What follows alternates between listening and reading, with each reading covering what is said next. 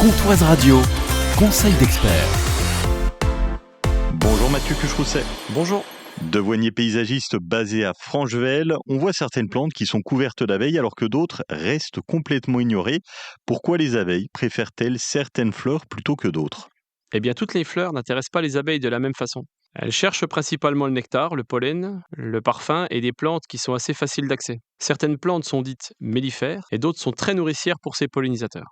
Les abeilles privilégient souvent les fleurs simples, celles qui sont ouvertes et des couleurs visibles. À l'inverse, certaines très décoratives produisent peu de nectar. Beaucoup d'hybrides sont moins intéressantes pour les insectes également. Quels sont les végétaux qui attirent le plus les abeilles dans nos jardins ? Alors on a bien entendu quelques valeurs sûres, notamment les plantes odorantes ou très colorées, comme la lavande, la sauge. D'autres arbustes sont également intéressants, comme le noisetier, le cornouiller, l'aubépine et le sureau, qu'on trouve dans nos jardins et aussi dans nos forêts ou dans nos haies de champs.